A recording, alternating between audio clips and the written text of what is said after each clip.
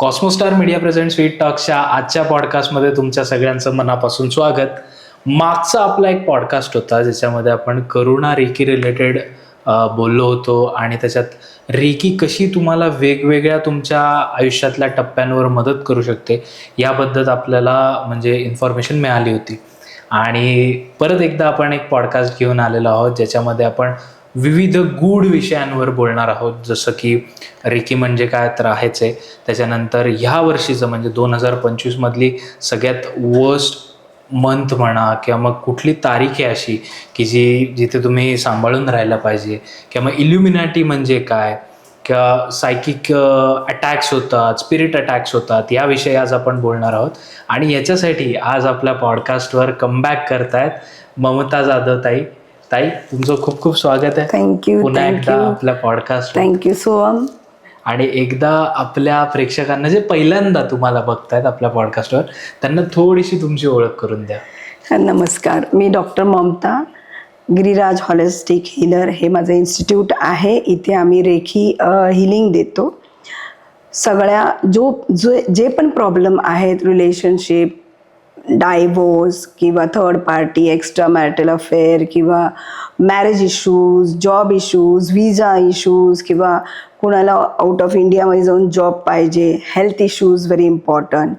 बरेच लोकांना अमावस पौर्णिमाचं energy attacks होतात, स्पिरिट एनर्जी अटॅक्स होतात. या गोष्टी पण आपण हील करतो. आणि कुणाला पण ब्लॅक मॅजिक आहे, नॅचरल, अननॅचरल ऑर क्रिएटेड, या गोष्टींवर पण आपण वर्कआउट करतो, हिलिंग देतो. तर कुणालाही कसल्याही प्रकारे प्रॉब्लेम असेल, relationship, job, career, extra marital affair किंवा काही असो, तुम्ही संपर्क मला साधू शकता माझ्या व्हॉट्सअपवर 8419997229. So thanks a lot. Yes. आणि ताई, तुमची अनुमती असेल तर आजचा आपण पॉडकास्ट सुरू करू. आणि मला प्रेक्षकांना जस्ट सांगावं असं वाटेल की जर तुम्ही अजूनही चॅनलला सबस्क्राईब केलं नसेल तर प्लीज सबस्क्राईब करा. म्हणजे जर कोणी रेकी किंवा मग जसं ताईंनी सांगितलं ब्लॅक मॅजिक, स्पिरिट अटॅक या रिलेटेड कोणी यूट्यूबला सर्च केलं, त्यांना काही प्रश्नांवर उत्तर हवी असतील तर आपला हा पॉडकास्ट त्यांना सगळ्यात आधी पोहोचेल. तर चालू करूयात आजच्या पॉडकास्टला. ताई, मला मागे आपण बोललो होतो रेकी विषय, तर तुम्ही आम्हाला नवीन एक मोडॅलिटी सांगितली होती की करुणा रेकी. तर एकदा परत सांगाल की करुणा रेकी म्हणजे काय? ओके, इन शॉर्टमध्ये आपण घेऊया. रेकी आणि करुणा रेकी या दोन रेकी आहे. रेकी हे ओसवी मास्टरांचं आहे, जे जपानमध्ये, he is a founder of reiki, Mikao Usui. आणि करुणा रेकी साईबाबा रेकी आहे, हे फाउंडर साईबाबा आहेत. शेवटी कुठलंही मोडॅलिटी तुम्ही घ्या, सगळ्या गोष्टी ब्रह्मांडाच्या ऊर्जेवर आहेत. ब्रह्मांडाच्या ऊर्जेचा जो आपण कसा वापर करू शकतो, स्वतः कसं घेऊ शकतो आणि त्या ऊर्जेनी एकमेकाला किंवा स्वतःला कसे हील करू शकतो, या वेगवेगळ्या मोडॅलिटीमध्ये हेच शिकवण्यात येतं. वा, ओके. आणि ते तुम्ही लोकांना देता. या कॉस्मिक एनर्जी किंवा या ब्रह्मांडाच्या ऊर्जेनीच आम्ही कसलाही प्रॉब्लेम असो आपण ते सॉल्व्ह करू शकतो.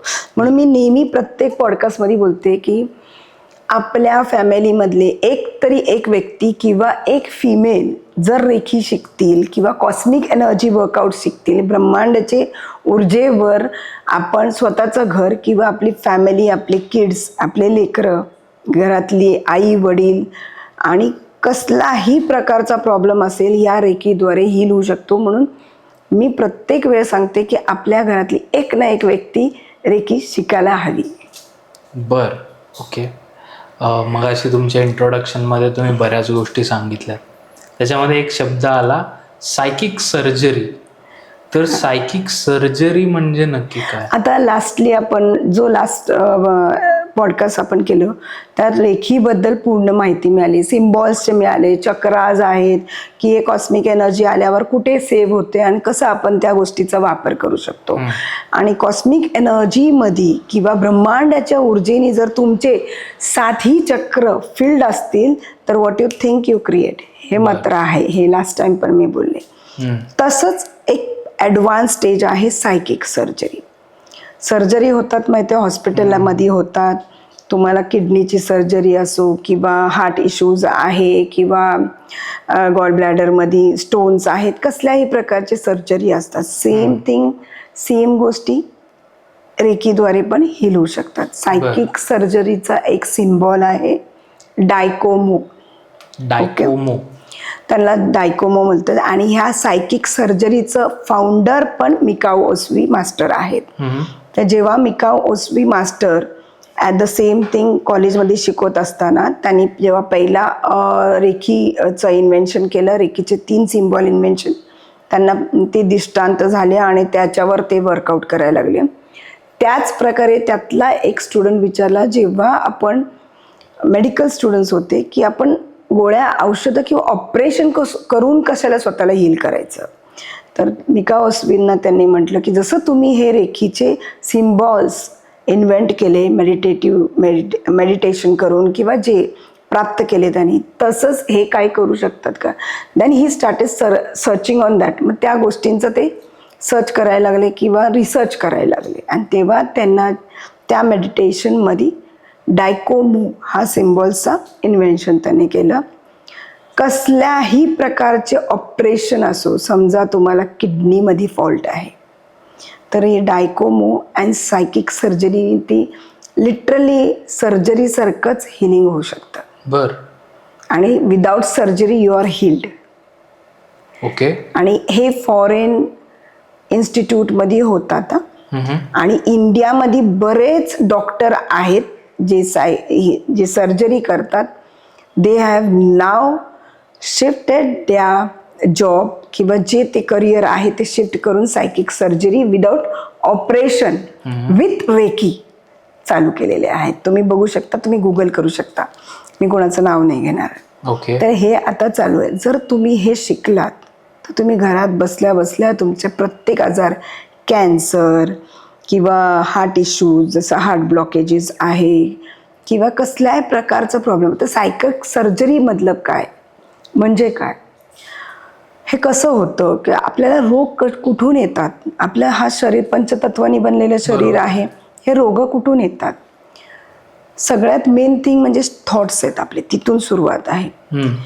कित्येक लाखो थॉट्स आपल्या दिवसभरातून आपल्या माइंडमध्ये येतात. जेवढे तुम्ही नेगेटिव्ह थॉट्स कलेक्ट करता किंवा तुमचा कुठला पास्ट ट्रॉमा किंवा कुठली गोष्ट आपली घडत, खरंच तू मोडतस, सॉरी, कुठली गोष्ट आयुष्यात घडत असते ना, ती गोष्ट ट्रॉमॅटिकली आपल्या सबकॉन्शियसमध्ये सेव्ह कधीच करायचं नाही किंवा आपल्या मेमरीजमध्ये सेव्ह नाही. जी गोष्ट तुमची मेमरीमध्ये सेव्ह होते ती करप्ट होऊन तुम्हाला रोग देतात. फॉर एक्झाम्पल, समजा तुमच्या आयुष्यात एक रिलेशनशिप इश्यूज झाला, खूप मोठं मस्त रिलेशन होतं 10-12 वर्षाचं, मध्येच काहीतरी ट्विस्ट अँड चेंजेस झाले आणि खूप वर्स्टली तुम्ही त्यातून बाहेर पडलात आणि you are into depression. आता तो डिप्रेशनचा काळ पण गेला, ती पिरियड पण गेले, 1 वर्ष झालं, 2 वर्ष झालं, and you are stored that in your mind, in your subconscious mind. जेव्हा तुम्ही त्या गोष्टी तुमच्या मेमरीमध्ये फीड करता, जसं मोबाईलचं मेमरी आहे, मेमरी फुल झाल्यावर ते वापरायचं बंद, स्टक होऊन जातं. मग आपण काय करतो, स्टोरेजमध्ये जातो आणि ते डिलीट करायला लागतो नको नको ते. तसंच आपल्या माइंडच्या स्टोरेजमध्ये जा आणि नको नको त्या गोष्टी डिलीट करा, याची गरजच नाही. ऑलवेज जे पण झालंय ते कार्मिक हेतूनच झालंय. सगळ्यात मेन कधी पण आपण समजून घ्यायचं, तुम्ही या पृथ्वी तलावर जन्म घेतलात, तुम्ही पापी आहात. तुम्ही असो, मी असो, कोणी असो, पृथ्वी तलावर जन्म घेतलेला व्यक्ती तो कार्मिक गोष्टी हील करायला आलेलं असतं स्वतःच. बर. हे मात्र सत्य आहे. मग जर तुम्ही या पृथ्वीवर आलात कर्म फेडायला, मग तुम्ही दुसरे कर्म बांधू नका. मग तुमचे फेडले कधी जाणार, राईट? तसं तर जर तुम्ही सबकॉन्शियसमध्ये असे ट्रॉमा किंवा ट्रिगर्स लहानपणात खूप वेळा फिमेल्स अँड मेल्स अब्यूज होतात, ती गोष्ट म्हातारे होऊसपर्यंत तुमच्या सबकॉन्शियसमध्ये असते घडलेली. Don't keep that. त्या गोष्टीमुळे, या सगळ्या गोष्टींमुळे तुम्हाला हार्ट इश्यूज, किडनी, हे त्यात रूपांतर होतं. ज्या व्यक्तीच्या मनात जो विसरतो किंवा कुठलीही गोष्ट तिच्या लक्षातच नाही राहत, तो निरोगी असतो. Okay. Because no memories in his brain. Don't keep any childhood memories. Suppressed memories पण नाही सप्रेस्ड मेमरीज पण आपण ठेवायचं नाही ना. कुठल्याही मेमरीज, रिलेशनशिप, समजा तुम्हाला ट्रॉमा झाला, ॲक्सिडेंट झाला तुमचा, तो पण तुम्ही कॅरी करून फिअर फॅक्टरमध्ये बदलता. शेवटी त्याचं रूपांतर रोगात होतो, कॅन्सरमध्ये होतो. बरेच लोक लकवा मारतात कारण की हे सगळं ब्रेनमधून आलेल्या गोष्टी असतात आणि it is a science. Okay. Okay. So आपल्या जेवढ्या नेगेटिव्ह मेमरीज आहेत at this moment, try to delete it. तर त्याचा एक प्रोसेस आहे सायकिक सर्जरी. ओके. त्याद्वारे आपण ते हील करू शकतो. आपल्या माइंडमधल्या ट्रॉमॅटिकल डिझीज किंवा मेमरीज जेव्हा आपण शिफ्ट करतो, आपली रोग प्रतिकारक शक्ती ही वाढते, रोगाला आपण मात देतो. ओके. तर ते वाढवण्यासाठी very important, you have to do this. बर. आता युजली प्रेक्षकांनी हे अनुभवलं असेल, आपण यूट्यूब ओपन करतो. यूट्यूब ओपन केल्यावर आपल्याला बरेच व्हिडिओज दिसतात ज्याच्यामध्ये स्पिरिट टॉक्स असतात. तर हे खरं आहे का की स्पिरिट टॉक्स? हो, 100%. जेव्हा मी हिलिंग, माझे बरेच केसेस आहेत रेखीद्वारे मी स्पिरिट एनर्जीज पण हील केलेले आहे. सगळ्यात इम्पॉर्टंट तर माझ्याकडे खूप आधी 2018मध्ये एक फिमेल आली होती. खूप वयस्कर होती ती. त्या फिमेलला घेऊन तिची नात आली होती. बर. आणि द थिंग इज दॅट तिला स्पिरिट रेप होत होतं. पूर्ण जीवन तिने त्याचं काढलं. आणि ती मुलगी, आता तिची नात 16 वर्षाची होती, तिची आई पण त्या गोष्टीतच एक्सपायर्ड झाली. नाव द सेम एनर्जीज वर शिफ्टिंग ऑन द चाइल्ड. 16 वर्षाच्या मुलीवर होत असताना ती मुलगी माझ्याकडे आली. म्हणजे ती स्क्रोल करताना बघून ती आली अपॉइंटमेंट घेऊन. आणि तेव्हा मी तो सेम एनर्जीज तिच्यावर शिफ्ट होताना दिसलं. हिचं गायब होत होतं आणि हिच्यावर आलेलं होतं. तर ते DNA लेवलपासून आपल्याला हील करावं लागतं spirit energy. Because it is carrying, म्हणजे तिच्या ग्रँडमदर, मदर अँड मग पुढची पिढीला पण ती जाते. एक व्हेरी इम्पॉर्टंट थिंग मी सांगते, पंचतत्वानी बनलेलं शरीर एक नष्ट होतं. एखादा व्यक्ती एक्सपायर्ड झालं, आपण त्यांचं क्रियाक्रम करून येतो. बट वेन अ पर्सन, एक कुठलीही व्यक्ती जेव्हा एक्सपायर्ड व्हायच्या आधी तिची ऊर्जा काय आहे, पॉझिटिव्ह की नेगेटिव्ह, खूप महत्वाची असते. ऊर्जा मरत नाही, माणूस मरतो, स्पिरिट त्यातलं रिलीज होतं, ऊर्जा रिलीज होते. ऊर्जा एखादी व्यक्ती मरताना जर ब्लॅक एनर्जीज मध्ये असेल, ब्लॅक मॅजिक मध्ये असेल किंवा दरिद्री असेल, दरिद्री स्टेजमध्ये असेल, ती ऊर्जा परत त्यांच्याच घरातल्या एका व्यक्तीवर पास होते. ती मरत नाही ना कुठे जात नाही. त्या ऊर्जेला आपल्याला हिलिंगद्वारेच काढावं लागणार घरातून किंवा त्या व्यक्तीतून. हे खूप महत्वाचं आहे. म्हणून जर ब्लॅक मॅजिकमध्ये असलेले किंवा नेगेटिव्ह एनर्जीजमध्ये असलेले व्यक्ती जर एक्सपायर झालं, ती ऊर्जा त्यांच्या एका चाइल्डवर किंवा एका मेंबरवर येते आणि त्यानंतर त्या घरामध्ये सेम थिंग खूप ड्रास्टिकली तो नेगेटिव्हिटीचा ग्राफ वाढतो. आणि हे बघा, कोणीतरी एक्सपायर झालं तर चांगलं तर होईल, वाईट तर होईल. ती ऊर्जा ती गोष्ट घडवते. Very important. तर तसंच आहे स्पिरिट एनर्जीज. जर अँसेस्टर्स पासून हिस्ट्री रिपीट होत असेल किंवा स्पिरिट एनर्जीजची हिस्ट्री रिपीट होत असेल, एखादा स्पिरिट एकाला चॅनल बनवला, ती स्पिरिट इझिली जात नाही, त्याला काढावंच लागतं. काही लोक न काढता एक्सपायर्ड होतात, पण ते स्पिरिट नेक्स्ट जनरेशनवर शिफ्ट होतं. तर कुठे ना कुठे तुम्हाला ती हील करून काढणं खूप गरजेचं आहे. ओके. So you should. आणि या रेकीद्वारे हे होऊ शकतं. त्याला तांत्रिक मांत्रिकची गरज नाही. बर. तर ह्याच ऊर्जेद्वारा, याच ब्रह्मांडाच्या ऊर्जेद्वारा आपण ते हील करू शकतो. जसं मी ते एक्झाम्पल मी दिलं त्या फिमेलचं. स्पिरिट टॉकमध्ये अजून एक गोष्ट माझ्याबरोबर घडली की आम्ही कॉन्स्टिलेशन्स करत होतो. आणि कॉन्स्टिलेशन्सच्या वेळेस एखादी व्यक्तीला क्लायंट्सची एनर्जी घेऊन, म्हणजे त्याची भीती किंवा डिप्रेशन, स्ट्रेस, त्याला हिलिंग करायचं होतं. तर माझ्याकडे चॅनल्स आहेत. तर आमचं वर्कआउट सेशन चालू होतं. इतक्यात ज्या व्यक्तीचं हिलिंग घ्यायला एनर्जी घ्यायला लावलं, मधीच ती एनर्जी शिफ्ट झाली, एक स्पिरिट एनर्जी तिच्यामध्ये घुसली. बर. आणि ती स्पिरिट एनर्जी इतकी दुःखी आणि ॲग्रेसिव्ह होती. ती त्या माझ्या स्टाफला उचलून आपटत होती, एवढी ॲग्रेसिव्ह. आणि तिचं म्हणणं मीन्स ती स्पिरिट एनर्जीज मला हे सांगायला आली होती की माझ्यावर रेप झाले आणि मला मदत कर, ह्या गोष्टी. तर म्हणून कधी पण लक्षात ठेवा, don't do suicide. Okay. Very bad. आता त्या स्पिरिटला माझ्यापर्यंत पोचण्यासाठी एक चॅनलची गरज आहे. आज तुमच्या आयुष्यात बरेच प्रॉब्लेम असतात, तुम्ही बोलून ते सॉल्व्ह करू शकता किंवा योग्य व्यक्ती एक्सप्रेस करून पण गोष्टी सॉल्व्ह होतात. यू विल फील बेटर जेव्हा तुम्ही एखादं तुमचं दुःख कोणाला एक्सप्रेस करता. पण तुम्ही डायरेक्ट सुसाईड करता, तुम्हाला पुढच्या सात पिढी सुसाईड करावं लागेल. Because suicidal thing again comes in psychic surgery. जर तुम्ही एका चक्रातून सुसाईड केलं मेमरीतून, तर तुम्हाला 7 चक्राजमधून सुसाईड करावं लागणार. आणि त्याच्यासाठी तुम्हाला एवढे जन्म घ्यावे लागतात, प्रत्येक जन्मात तुम्हाला सुसाईडच भेटणार. So don't do that. Express your things. जवळच्यांना कॉल करा, तुमच्या प्रॉब्लेम्स सांगा आणि त्यातून बाहेर पडा. Otherwise find a perfect healer. मी तर माझ्या प्रत्येक क्लायंटला किंवा प्रत्येक व्हिडिओमध्ये बोलले, तुम्हाला जर असं फील होतंय, you can talk to me. ते जर 2-5 मिनटं मी तुम्हाला दिलं किंवा अशा गोष्टी घडल्यात माझ्याबरोबर. एक क्लायंट होती, UP मधून कॉल केली होती आणि शी वॉज इन रिलेशनशिप आणि लग्न त्या व्यक्तीने मोडलं. तेव्हा तिनं काय बोलतात त्याला, phenyl. She had phenyl. Okay. And she called me. तर फिनेल पिल्यानंतर तिनं मला कॉल केला की आय हॅड फिनेल बिकॉज माझं पार्टनर माझ्याशी लग्न करायला तयार नाही, XYZ. तेव्हा मी तिला एकच बोललं की आय कॅन हील यू. मी त्याला वापस आणून देईन, पण यू कम आउट ऑफ दिस. तुझ्या आईचा नंबर किंवा कोण आहे दे नंबर.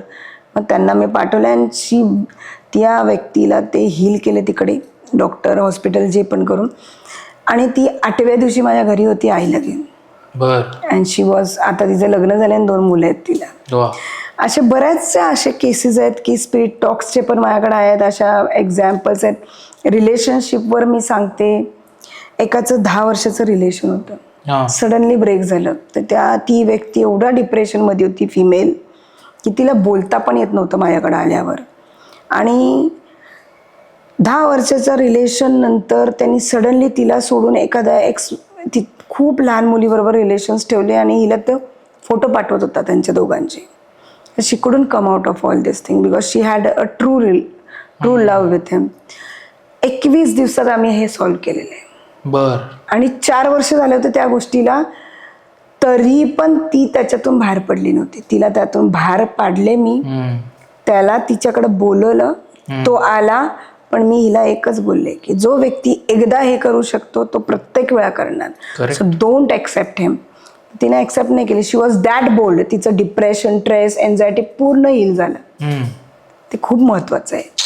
अँड तो आला तरी ती एक्सेप्ट नाही केली. And that was the best point. Okay. असं बरंच आहे. एक्स्ट्रा मॅरिटल अफेअर्स तर मी एक एक्झाम्पल देते, पनवेलला घडलेलं आहे. त्या व्यक्तीचं वय 60 होता. बर. एक्स्ट्रा अफेअर पनवेलला कशा असतात ते आता सांगायची गरज नाही. तो अडकला होता एका व्यक्तीमध्ये, एका बाईमध्ये. 4 वर्ष झालं तो घरामध्ये 1 रुपया देत नव्हता, एवढं त्या बाईसाठी करत होता. बर. मोठमोठे जवळजवळ 25-30 वर्षाच्या मुली होत्या त्या लग्नाला आलेल्या. त्यातली एक मुलगी लहान माझ्याकडं रडत आली आणि माझे पप्पा असं अडकलेत, त्यांना काढायचं आहे. आणि घर सोडून जातात, येत नाहीत, धमकी देतात, हे ते. आणि ती व्यक्ती आहे ना, यांच्या घरात फोन करून खाण म्हणजे यू कुडंट म्हणजे इतके भयानक वर्ड्स वापरत होते, बॅड वर्ड्स. तो त्यांना खूप स्ट्रेसफुल हे झालं होतं. आणि अक्षरशः 21 दिवसात त्यांना बरं केलेलं आहे. आणि त्यांचा व्हिडिओ पण आहे माझ्या यूट्यूबवर. जो माणूस सोडून गेला होता त्यांना, तो स्वतःहून परत आला. 60 वर्षाचा व्यक्ती. त्याच्या आईने हिलिंग घेतलं, 2 मुलांनी हिलिंग घेतलं माझ्याकडे. आणि गडगंज श्रीमंत व्यक्ती आहे. एवढी श्रीमंत असून ती माझ्याकडे एक गोष्ट मला तिची खटकली. ती इतकी जोरात रडली की मॅडम मला माझे पप्पा वापस द्या. I felt very bad. तर हे काय आहे, हे लाईफ आहे का? नाही. तर ही ब्रह्मांडाची ऊर्जा जेव्हा त्यांच्या आयुष्यात आली, त्यांचं टोटल लाईफ चेंज झालं. त्यांचे वडील वापस आले. एक लक्षात ठेवा, असे वेगवेगळ्या लोकांमध्ये तुम्ही तेवढे घाणेरड्या रिलेशन्स जर ठेवत असाल, 101% ते लोक ब्लॅक मॅजिकच करतात. त्या पलीकडे तुम्ही असं आहारी कोणाच्या जाऊ शकत नाही जोपर्यंत तो कुछ काबीज करत नाही तुम्हाला. ते ही ती ऊर्जा असते, नेगेटिव्ह एनर्जीज म्हणून बोलतात. एक वाईट एनर्जी असते, एक डार्क एनर्जी असते. डार्क एनर्जीमध्ये ब्लॅक एनर्जीज. कधीही लक्षात ठेवा, ब्लॅक रूम आहे पूर्ण ब्लॅक, डार्क ब्लॅक, लाईट्स नाही. काय लाईट लावल्यावर काय ब्राईटनेस येतं. बरोबर. तेच फरक आहे आपल्या ब्लॅक एनर्जी अँड रेखीची ऊर्जेची. आणि अशा बऱ्याच गोष्टी अशा घडलेल्या असतात. जेव्हा एक लक्षात ठेवा, जेव्हा स्पिरिट एनर्जीज आहेत, good spirit and bad spirit दोन्ही असतात. एखादा व्यक्ती मरत असतो ना बेडवर किंवा हॉस्पिटलमध्ये. आता हॉस्पिटलमध्ये जा, यू डोंट फील पॉझिटिव्ह. का? असंख्य लाखोमध्ये स्पिरिट्स असतात तिथे. ते स्पिरिट्स का असतात तिथे? ते वाट बघत असतात. आता हा मरतोय, कधी दरवाजे उघडणार, कधी आम्ही रिलीज होणार. याच्यासाठी एका बेडच्या आजूबाजू 50-60 स्पिरिट थांबलेले असतात की कधी हा मरतो आणि ह्याच्यासाठी जेव्हा वरचे दरवाजे उघडतात त्याच्याबरोबर आम्ही पण रिलीज होतो. आणि हे रियालिटी आहे. म्हणून प्रत्येक मरणारा व्यक्तीच्या आजूबाजू स्पिरिट एनर्जीज खूप असतात. म्हणून ती व्यक्ती मेल्यानंतर आपल्याला पूर्ण घर साफ करावं लागते, पूर्ण स्पिरिट एनर्जीज रिलीज करावं लागतात. सगळे स्पिरिट तर वर जाऊ शकत नाही त्याच्याबरोबर. बरोबर. प्रत्येक व्यक्तीच्या मागे 1:9 रेशिओ आहे. एक जिवंत व्यक्ती तर माझ्या मागे 9 ते 10 स्पिरिट आहेत आहेत आहेत आहेत. ते वाट बघत असतात कधी ही व्यक्ती जाते आणि यांच्याबरोबर वरचे दरवाजे ओपन होतात ब्रह्मांडातले आणि व्हाईट लाईट एनर्जी आणि सगळे त्यात रिलीज होतात. ही ती ऊर्जा असते, ही ती स्पिरिट असतात, हे ते स्पिरिट असतात जे मेल्यानंतर आपल्या लोकांचं सगळं दशकिऱ्या विधी झाल्यानंतर वर्षभर ते तिथेच अडकलेले असतात. जेव्हा जेव्हा यांच्यासाठी दरवाजे खुलतात ब्रह्मांडाचे किंवा वैकुंठाचे दरवाजे जेव्हा खुलतात, हे जात नाहीत. आणि आफ्टर हे जात नाहीत म्हणून हे पितर बनतात. आणि जेव्हा हे पितर बनतात त्या घरच्यांना त्रास चालू होतो, ऑब्स्टॅकल्स चालू होतात. राईट. आणि हेच ते स्पिरिट एनर्जीज असतात. तुम्ही बघा ना, एक केसमध्ये मी बघितलं की ॲम्ब्युलन्स असते ना, ॲम्ब्युलन्स ज्यांचं एक मरताना व्यक्ती ॲम्ब्युलन्समध्ये सगळं लावून तो अख्खा ॲम्ब्युलन्स कवर असतो स्पिरिट एनर्जीजनी, लटकत असतात सगळे. कधी हा जातो आणि कधी दरवाजे वैकुंठाचे ओपन होतात आणि कधी आम्ही रिलीज होतो. आणि हे सत्य आहे. म्हणून जिथं जिथं हॉस्पिटल्स आहेत ते एवढे निगेटिव्ह का? किती क्लीन असतात हॉस्पिटल, लाईट्स असतात, क्लिन्झिनेस असतं, सगळं हायजेनिक असतं, तरी पण एवढे नेगेटिव्ह का असतात? Because all the spirits are been collected over there. ते वैकुंठाचे दरवाजे एखादा व्यक्ती मेल्यावर सडन ओपन होतं, त्याला घ्यायला आलेले असतात, त्याच्याबरोबर बाकीचे रिलीज होतात. अशी किती किती स्पिरिट्स आहेत. 1:9 ratio is a big amount actually. असं तर अशा प्रकारे हे स्पिरिट एनर्जीज असतात. आता तुम्ही ज्या पद्धतीने सांगितलं की 1:9 रेशो, आणि ॲक्च्युली हॉस्पिटलमध्ये गेल्यावर तुम्हाला तिथे ऑब्व्हियसली जास्त वेळ थांबावंसच नाही वाटत. आपण बाहेर आपले पाय असं खेचल्यासारखं जाणवतात, खूप ड्रेन होतो आपण, बिकॉज आपली एनर्जीज ते ओढून घेतात. करेक्ट. Very important. आणि यालाच एक जोडून एक सांगावं वाटेल की आता त्याच्यामुळे स्ट्रोक्स येण्याचं आपण बघतो. लोकांना स्ट्रोक्स येतात आणि ते जातात, आणि खूप कमी वयात सुद्धा लोकांना स्ट्रोक्स आजकाल तर उभे उभे जातात. एक्झॅक्टली. सो मग असे हे जर स्ट्रोक्स आणि ह्या सगळ्या मेडिकल गोष्टी येत असतील, क्रॉनिक किंवा काय ॲक्यूट पेन आपण म्हणतो, तर अशावर काय रेमेडी आहे का? ऑफकोर्स. आत्ताच आपल्याला एकादशी झाली. हो. आपल्या महाराष्ट्रातील मोठा एक एकादशीचा सण असतो. प्रत्येक जण माऊलीला दंडवत देतो आणि माऊलींकडे जातो.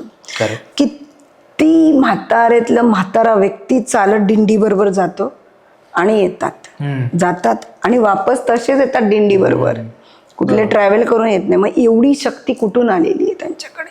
ही कुठलं पॉवर आहे? ही कुठली ऊर्जा आहे? तर लक्षात घ्या. इंटरव्ह्यूज पण किती तर बघा या विठ्ठलाच्या या एकादशीच्या वेळेस एवढे म्हातारे लोक अक्षरशः ठणठणीत 20 वर्ष 25 वर्षाच्या पोरांसारखे चालतात आणि जातात. तर सगळ्यात इम्पॉर्टंट आहे फॉर हार्ट हेल्थ किंवा हार्ट इश्यूज कसे हील होतात. आपल्याकडं आपल्या महाराष्ट्रातलं माऊली आहे विठ्ठल. या विठ्ठल नामात इतकी पावर, या विठ्ठल नामात ऊर्जा आहे. आणि जसं आपण विठ्ठल विठ्ठल बोलतो, vibrations comes on your heart चक्र. बर, तू बोलून बघ विठ्ठल विठ्ठल, लगेच व्हायब्रेशन हार्टवर. हीच ती कंपन, हीच ती व्हायब्रेशन्स तुमचे हार्टचे ब्लॉकेजेस हील करतात. तो डेली जर 5 मिनिट जरी आपण उठल्या विठ्ठल विठ्ठल विठ्ठल असं नामस्मरण केलं तर तुम्हाला 2 गोष्टी मिळतात. एक तर कॉस्मिक एनर्जीजमध्ये तुम्ही ॲक्टिवेट होतात आणि दुसरी गोष्ट म्हणजे हेल्थ इश्यूजनी, हार्ट हेल्थ इश्यूज प्लस हार्टला रिलेटेड हार्ट रिलेशनशिप हील होतात. ओके. तर हार्ट चक्र म्हणजे जसं हे चक्र आहे हार्टचं, इन्स्टंटली हील या शब्दांनी, या मंत्रांद्वारे हील होतं. वा, मला आणि याचा एक्झाम्पल मी तुला सांगते. बरेच हॉस्पिटल, बरेच institute out of India, in India हा मंत्र देतात. हार्ट जसं ECG वगैरे लावून कंटिन्यूस त्यांना हे चांट करायला देतात. 3 वेळा 4 वेळा त्यांचं ठरलेलं असतं. 8 दिवसात तो व्यक्ती रिकवर होतो. तुम्हाला जास्त दिवस पण नाही लागणार. 8 दिवसात मी लिहून देते तुम्हाला. तुम्ही विठ्ठल विठ्ठल नामाचा जप करा. या धर्म जात काही नाही. हा विठ्ठल, हा मंत्र, हा कॉस्मिक ऊर्जा अशी आहे की तुम्हाला तुमचं माइंड, सोल अँड बॉडी हे सगळ्याला अलाइन अँड हील करतं. बर, इतकी पॉवर आहे यात. एक लक्ष ठेव, व्हॉट इज चांटिंग. एखादी व्यक्ती कॉस्मिक एनर्जीमध्ये इतकं भरभरून आहे, इतकं भरभरून की त्याचं वलय इतकं आहे की वर्ल्ड वाईज युनिव्हर्सली स्प्रेड झाले. त्या व्यक्तीच्या नावात पण कॉस्मिक एनर्जीज आहेत. बर, लक्षात घे. चांटिंगचा अर्थ काय, तुम्हाला का नामस्मरण करायचे, नामस्मरणामध्ये होतं काय. अरे त्या ऊर्जेचं नामस्मरण करण्याने तुमच्यामध्ये इझिली कॉस्मिक एनर्जीज ऍक्टिव्हेट होतात. बर. कुणी म्हणतं जा 108 जप कर. अरे पण त्याचा अर्थ काय. तुम्ही श्री स्वामी समर्थ जप म्हणता, त्याचा अर्थ काय. स्वामींची ऊर्जा हे तुम्हाला पीस, शांती देते. साईबाबा ऊर्जा हे तुम्हाला पैसा, प्रॉस्पॅरिटी देते. सिद्धिविनायक दादरला ती ऊर्जा फक्त प्रॉस्पॅरिटीची आहे.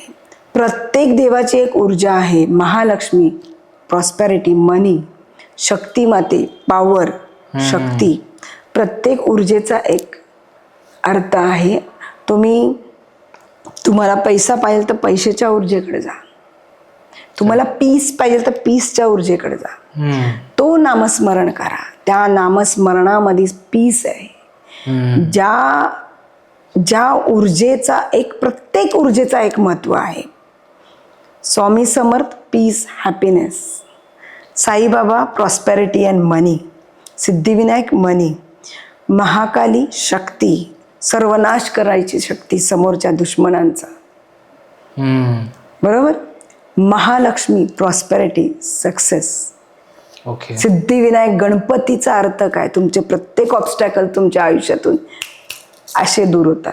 करेक्ट. तर या प्रत्येक ऊर्जेचं एक महत्व आहे आणि प्रत्येकाचं एक कॅरेक्टरिस्टिक आहे. तसंच प्रत्येक चक्राचं पण आहे. म्हणून मी 1000 वेळा बोलते, प्रत्येक चक्र जर तुमच्या कॉस्मिक एनर्जीमध्ये भरपूर भरलेला असेल तर what you think you create. Correct. मला प्रेक्षकांना सांगावं असं वाटेल की तुम्ही हा जप जे त्यांनी सांगितलं की विठ्ठल विठ्ठल रोज करा आणि तुम्हाला काय अनुभव आले किंवा काय अनुभव येत आहेत हे आम्हाला कमेंटमध्ये नक्की सांगा. तर आता ताई, पुढे जाताना तुम्ही सुरुवातीला जे म्हणाला होता किंवा मी एक इंट्रोडक्शनमध्ये सांगितलं होतं की 2025 मधला काय म्हणतात सगळ्यात वाईट तारीख म्हणा किंवा सगळ्यात वर्स्ट दिवस म्हणा तर तो कोणता आहे, तो आम्हाला सांगा. 2025 मी खूप असं व्हिडिओज पण बनवलेला आहे याच्यावर. 9 and 7, 9 गिव्ज ॲग्रेशन, राग, रंग, फायर. म्हणजे एखादी गोष्ट जाळून टाकते, भांडण, टणते. म्हणजे हे जे 9 नंबर आहे ना, that will destroy things. For example relationship, खूप डिवोर्स झालेत. इतके डिवोर्स मी डे 1 पासून बघते ना आजपर्यंत. प्रत्येकाला मी सांगते हे 2025 शांत राहणे, कुठलंही डिसिजन घेऊ नका. मग तो रिलेशनशिपचा असो, मनीचा असो किंवा बिझनेस करायचा असो, बी पेशंट फॉर ऑल दिस. दुसरी गोष्ट 7 नंबर हे मोक्षच देतं. किती एक्झाम्पल्स आहेत. 9 हे फायर ब्लास्ट, मोठी अशी गोष्ट होणार की तुमचं नुकसान होतं, जीवाला नुकसान.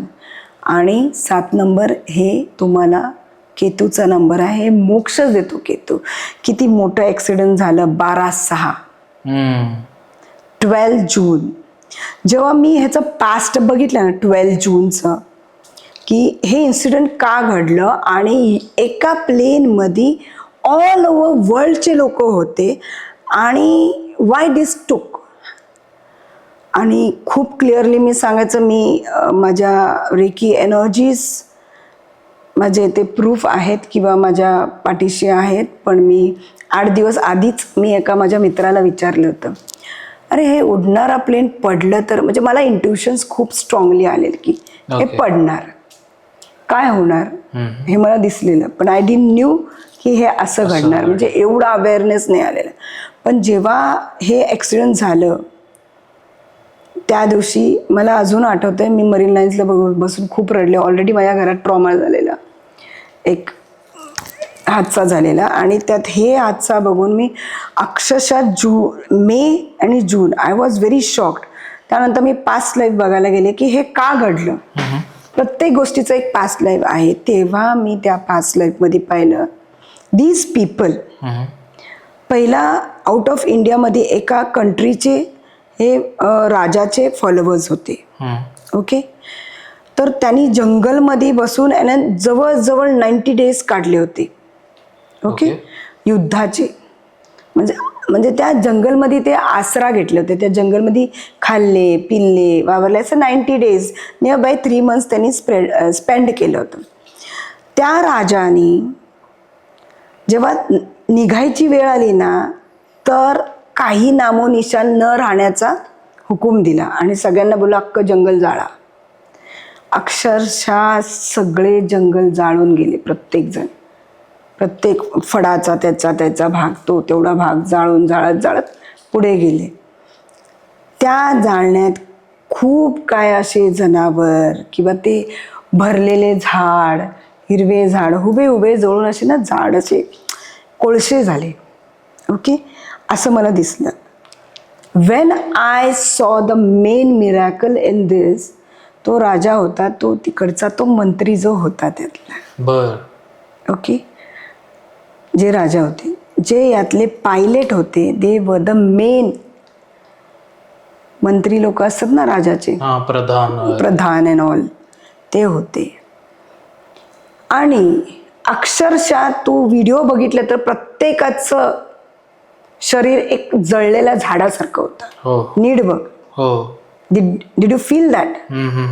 हे मी बघितलं माझ्या पास्टमध्ये. इतकं जनून की हे सगळे लोक एकत्र आले.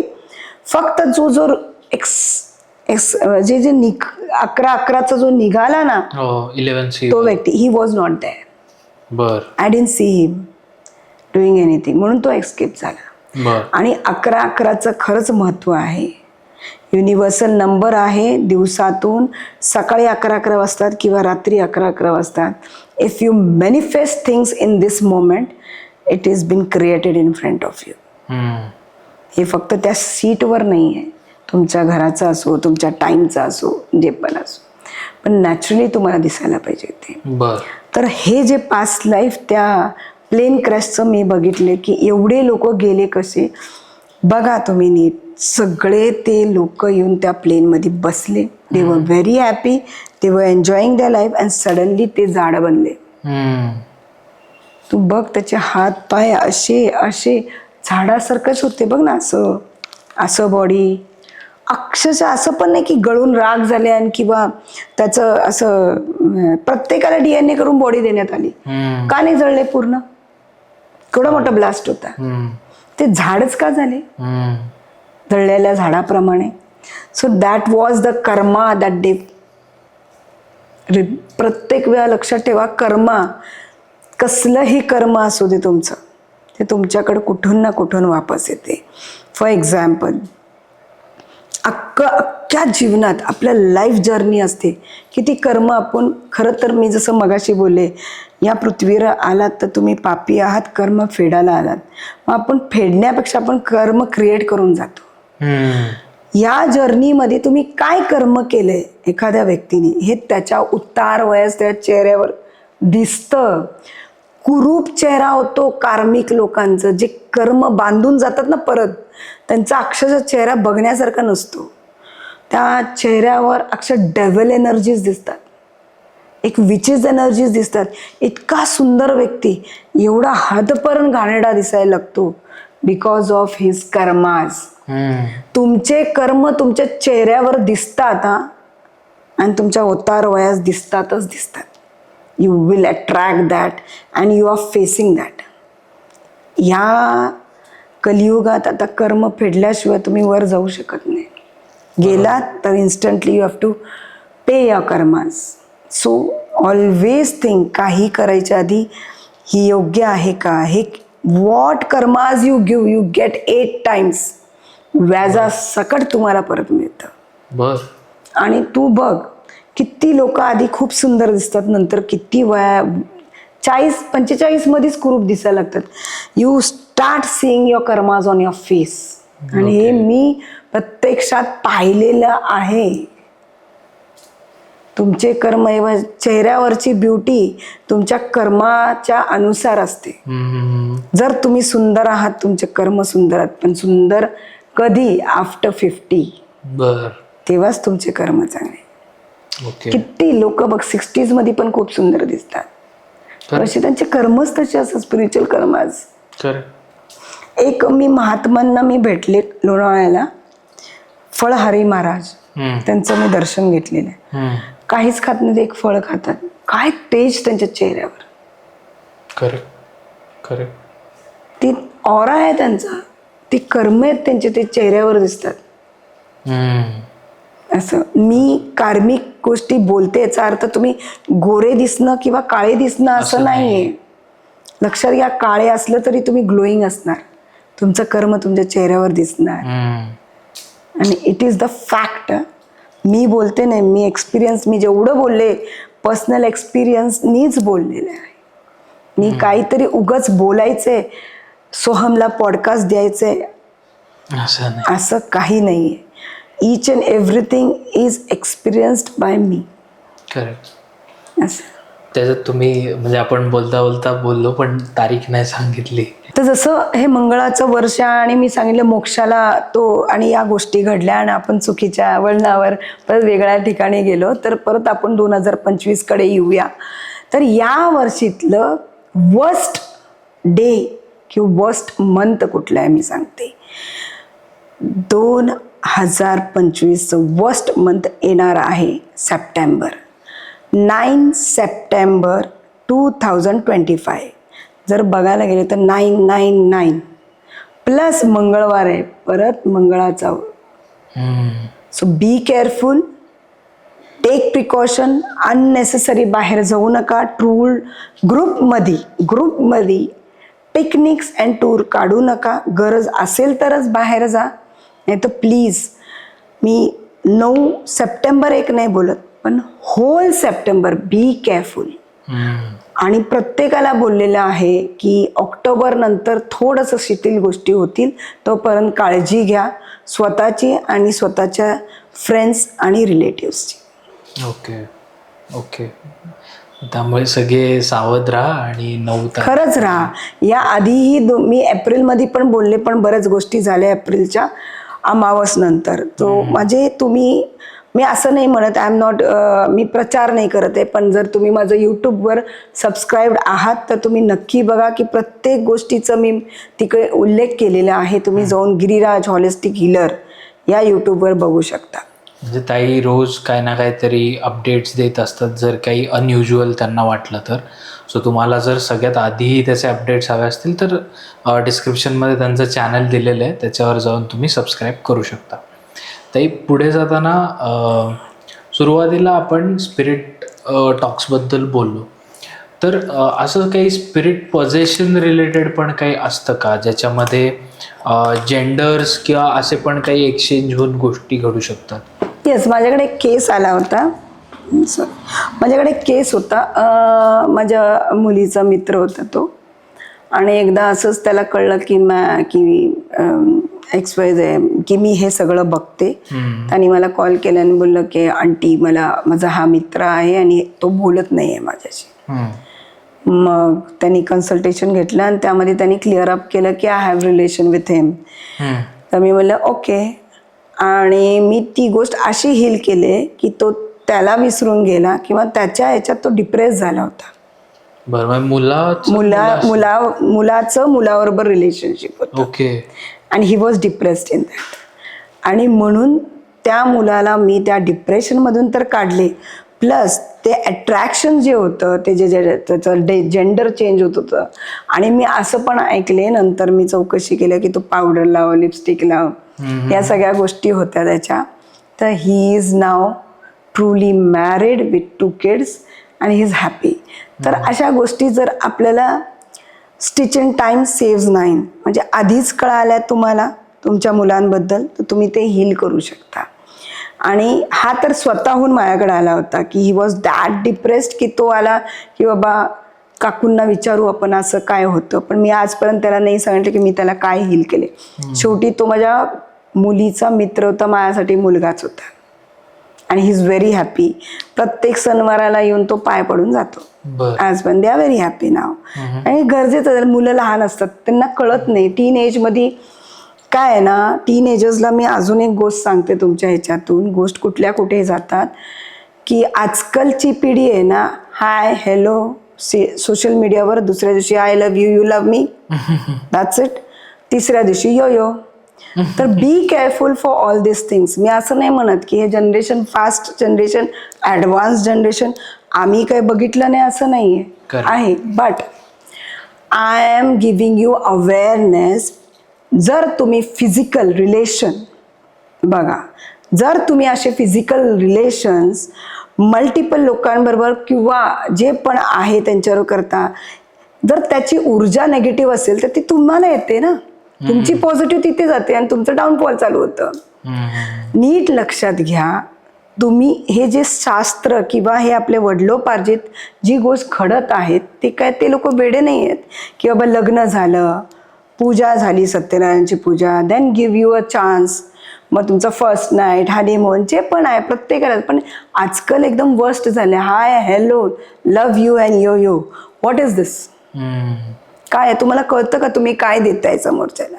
तुमच्या आयुष्यातली तेवढी आलेली ऊर्जा तुम्ही समोरच्याला देऊन येताय, बिंग फिजिकल विथ हिम, त्याच्याबरोबर सेक्स करून तुम्ही देऊन येताय आणि त्याची नेगेटिव्ह एनर्जी कॅरी करून येतात. मग तुमच्या लाईफमध्ये अप्स डाऊन्स येतात. अप्स तर येत नाही, डाऊनफॉलच येतं. कारण की जी व्यक्ती असे यो करत फिरते ना, ती नेगेटिव्हच असते. पॉझिटिव्ह लोक असे करणारच नाहीत. दुसरी गोष्ट म्हणजे एक मी खूप महत्वाची सांगते प्रेक्षकांना. लग्न होतं, मुलगा मुलगी एकत्र होते. आपण नेहमी ऐकतो की मुलगी घरात आला, रे तिची पायगुण चांगलं नाही बाबा, तिचं पायगुण चांगलं. व्हॉट इज पायगुण किंवा काय? एखादी व्यक्ती आपल्या घरात आली, वेन दे बी फिजिकल, त्यांची एनर्जी जेव्हा एक्सचेंज होती फिजिकली, जर मुलगीचं एनर्जी नेगेटिव्ह असेल तर त्या मुलाच्या घरात नेगेटिव्ह गोष्टी घडायला चालू होतात. आणि मुलाचं नेगेटिव्ह असेल तर मुलीच्या घरात पण घडतं, पण मुलीच्या घराला एवढं प्रायोरिटी नसतं. कळलं का? These thing happen. So be please take precaution, be aware and take precaution की अशा गोष्टी करू नका. थोडं अवेअर व्हा या गोष्टींबद्दल. ठीक आहे, तुम्ही मॉडर्न आहात, तुम्ही असे आहात, तुम्ही काय आहात, आजकाल तर काय मुलं मुली 8वी 9वी 10वी ऑल, मग तुमचं करिअर कसं बनणार? मग तुम्ही डिप्रेशनमध्ये का जाता? तुम्ही निगेटिव्ह एनर्जीज कुठून कॅरी करताय? कुणाचे कॅरी करताय? अरे व्हेरी सिम्पल थिंग आहे. जर मी एकच व्यक्तीबरोबर रोज 1 तास जरी बसायला लागले किंवा बोलायला लागले, त्याची नेगेटिव्ह एनर्जीज माझ्याकडे येतात. फॉर एक्झाम्पल, बरेच बायकांना सवय आहे, ह्यांचं त्यांचं चोंबडीगिरी ऐकत असतात फोनवर. तुझ्या घरात काय झालं, माझ्या घरात. अरे you are taking that negative energies, your mind is attracting that memory, आणि ते तू सेव्ह करते आणि परत 4 जणांना सांगते, आणि ते तुझ्यासाठी स्वतःसाठी ती गोष्ट ॲक्टिवेट करता तुम्ही. तर या गोष्टी बंद करा. You are attracting negative energies from your neighbour और from your relatives by phone. Vibration हे व्हायब्रेशन्स आहेत, फ्रिक्वेन्सी हे फ्रिक्वेन्सी आहे. मग फोनमधून आले किंवा व्हायब्रेटिंग एनर्जीजमधून आले. ताई, आपण मगाशी ज्यावेळी तुम्ही सगळ्या गोष्टी सांगत होता ना, त्याच्यामध्ये ते एक्झाम्पल सांगत असताना तुम्ही एक उल्लेख केला, तो म्हणजे कॉन्स्टिलेशन. तर काय असतं हे कॉन्स्टिलेशन? बघ, आता आपण बघत आलेलं आहे, अंगात आलं, देव अंगात येतो, देवी अंगात येतो. तो एक हे आहे पद्धत, देवधर्माचं. तो एक हे आपल्या तुळजापूरला आहे, आपण ते सगळं मानतो. पण कॉन्स्टिलेशन हे फॉरेनला खूप होतात. बरं, ओके. कॉन्स्टिलेशनचा, फॅमिली कॉन्स्टिलेशनचा अर्थ असा आहे, एक टाईप ऑफ हिलिंग आहे. त्या हिलिंगमध्ये कसं, आता माझ्याकडे एक क्लायंट आली, नवरा बायकोचं भांडण झाले, आणि एक क्लायंट आली की माझा नवरा माझ्याशी बोलत नाही, 3 महिने झाले, तो मला घरात घेत नाही. मग आम्ही काय करतो, तो केस घेतो, आणि माझ्याकडे चॅनल्स असतात, तिच्या नवऱ्याची एनर्जीच्या चॅनलला घ्यायला लावतो. अक्षरशः जर तो नवऱ्याला काही रोग असतील तरी तिला फील होतं, आणि समोर बायकोला बसवतो, आणि दोघांचं कॉन्व्हर्सेशन करून ह्याचा राग उतरवतो, आणि त्याला हार्मोनाइज रिलेशनमध्ये क्रिएट करतो, त्याला हिलिंग देऊन. बघा, प्रत्येक वेळा दोघांच्या भांडण्यामध्ये एकच व्यक्ती येते आपल्याकडे, दुसरा येत नाही. मग ते दुसऱ्याला हील करायची पद्धत, दॅट इज कॉल्ड कॉन्स्टिलेशन. जिवंत व्यक्तीला स्वतःत घेणे आणि त्याचे सगळ्या गोष्टीची हिलिंग करणे, सगळ्या ब्लॉकेजेसचं हिलिंग करणे, that is called constellation. This happens in Europe, out of India. अमेरिकाला खूप होते ही गोष्ट, इंडियात खूप कमी आहे, पण we do all this things. Okay. Relationship आहे, ब्रेकऑफ झाले, 5 वर्षाचं रिलेशन आहे, ब्रेकऑफ झाले, आणि ती मुलगी आली माझ्याकडे, तो येत नाही, तर कॉन्स्टिलेशनने आपण त्याला हील करू शकतो. त्याची ऊर्जा घेऊन, त्याच्यासाठी त्याचा फोटो, बर्थडेट, नेम लागतं, त्या ऊर्जे घेऊन आमचा जो चॅनल आहे त्या चॅनलला ते ऊर्जा घ्यायला लावून त्याच्या मनातलं हिच्याबद्दलचं द्वेष कमी करायला लावतो, रिलेशनशिपला हार्मोनाइज म्हणजे प्रेम निर्माण करायला लावतो. आणि ते ॲटोमॅटिकली विदिन 3 days हील होतं. ओके. एवढी पॉवर आहे कॉन्स्टिलेशन मध्ये. बापरे. त्यालाच जोडून आता पुढचा प्रश्न, बहुतांश मराठी लोकांना ह्याबद्दल जास्त माहिती नाही आहे, सो मला वाटतं तुमच्या मार्फत आलेल्या लोकांना लवकर कळेल. तर इल्युमिनाटी नावाचा आपण शब्द खूप ऐकतो का, ते असे साईन करतात इल्युमिनाटीचं, तर हे काय आहे नक्की? ओके, इल्युमिनाटी म्हणजे जसं आपण मगाशी बोललो, dark web, dark energies and white energy. तर इल्युमिनाटीचं फाउंडर हे जर्मनीमध्ये होते, आणि तिथे ते एक पोप होते, प्रोफेसर पण होते ते. He was a professor and he was a adviser for a church, म्हणजे त्या चर्चला ते कनेक्टेड पोप होते. तर जसं तुम्ही ख्रिश्चॅनिटीमध्ये बघितलं तर 2 आहे, एक तर प्रोटेस्टंट अँड कॅथलिक. ओके, ते कॅथलिक होते. तर हा एक इन्स्टिट्यूटमध्ये प्रोफेसर होता, plus he was into this church. त्यामध्ये 2 भाग झाले. एक चर्चचा पोपचे रूल्स असतात, you shouldn't suicide and XYZ, खूप रूल्स असतात, पोपचे रूल्स असतात. आणि ह्याला ते पटलं नव्हतं, rules and regulations of Pope. What he did, त्यांनी काय केलं की त्या कॉलेजमधले 4-5 पोरं घेऊन त्यांनी स्वतःचं एक सोसायटी फॉर्म केली त्या खिलाफ. म्हणजे आम्हाला तुमचं रूल नको आहे, आम्ही आमचं रूल निर्माण करतो. असं जेव्हा ते फॉर्म केलं तर ते वाढत गेलं. ती सोसायटी वाढत गेली, पॉवर वाढली सोसायटी. ही सोसायटी निर्माण झाली 1776ला. Okay. 1776ला ही सोसायटी फॉर्म झाली. ओके. आणि इतकं वाढलं ते, इतके लोक जुडले त्यात आणि सगळ्यांना पटायला लागलं त्या गोष्टी. ख्रिश्चॅनिटीमध्ये जे कॅथलिक लोकांचे पोपचे जे रूल्स आहेत न फॉलो करणारे इथे होते. आणि पॉवर अँड मनी आलं या लोकांकडे आणि मग ते गेले नेगेटिव्ह फेजमध्ये. नॅचरली ज्याच्याकडं पॉवर अँड मनी येतं त्याच्यामध्ये सगळ्या नेगेटिव्ह गोष्टी क्रिएट व्हायला चालू होतं. ज्याच्याकडे पैसा आला तो दारू प्यायला लागतो, हे ते सगळे नेगेटिव्ह गोष्टी ते अट्रॅक्ट करायला लागले आणि चालू झाले त्यांचे negative. And that was too much hotting. मग हे लोक त्यांच्या खिलाफ गेले आणि त्यांना बँड करायला लावले. ती कंट्री त्यांना बँड केली. When this Illuminati society was banned, okay, तेव्हा हे लोक सिक्रेट सोसायटीमध्ये कन्वर्ट झाले. म्हणजे कुठलेही मीटिंग घेणं, त्या गोष्टीच्या गोष्टी करणे किंवा काय स्वतःचं परफॉर्म करण्यासाठी सिक्रेटली गोष्टी करायला लागले. म्हणजे ते काय घालून वगैरे, मास्क लावून, स्वतःला एक्सपोज न करता ही सिक्रेट सोसायटी निर्माण झाली. बरेच लोक बोलतात की हे एक्झिस्ट करतं की नाही करतं. हे एक्झिस्ट करतं कारण की इल्युमिनेटी सोसायटीवर खूप कोर्ट केसेस आहेत, तुम्ही गुगल करा. बर. ओके, अशा रीतीने ह्या गोष्टी घडल्या. आता खूप डीपली जायचं असेल तर what is dark energy and white energy. यांची झाली डार्क एनर्जी, यांची झाली व्हाईट एनर्जी. दोन टाईपचे बायबल होते. याचं सॅटन बायबल, यांचं Bible God Bible. God Bible झालं अँड सॅटन बायबल. ते एवढे डीपली सॅटनला वर्शिप करायला लागले की ते सगळं सैतान लोकांनाच वर्शिप करायला. सैतान म्हणजे कोण? लुसिफर. इकडं गॉड, इथं लुसिफर.